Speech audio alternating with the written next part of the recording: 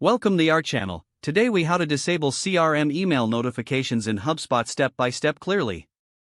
Log in to your HubSpot account.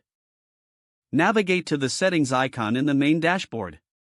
From the left sidebar, select Notifications. Scroll down to the Email Notifications section. Locate the CRM Notifications option.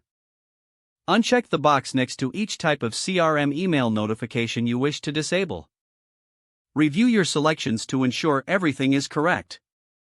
Scroll to the bottom of the page and click Save to apply your changes.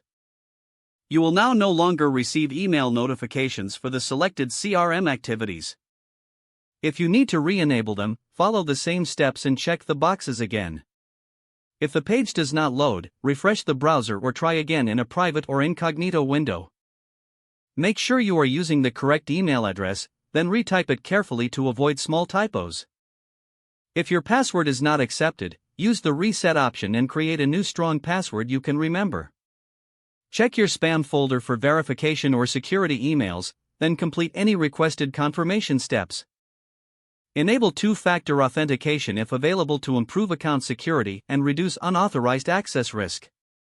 After signing in, review your profile details so your contact information and settings are accurate and current. If you see an error message, note it down and try again after restarting your device and internet connection. Log out when you finish, especially on shared devices, to keep your account and payment information secure. If the page does not load, refresh the browser or try again in a private or incognito window. Make sure you are using the correct email address, then retype it carefully to avoid small typos. If your password is not accepted, use the reset option and create a new strong password you can remember. Check your spam folder for verification or security emails, then complete any requested confirmation steps.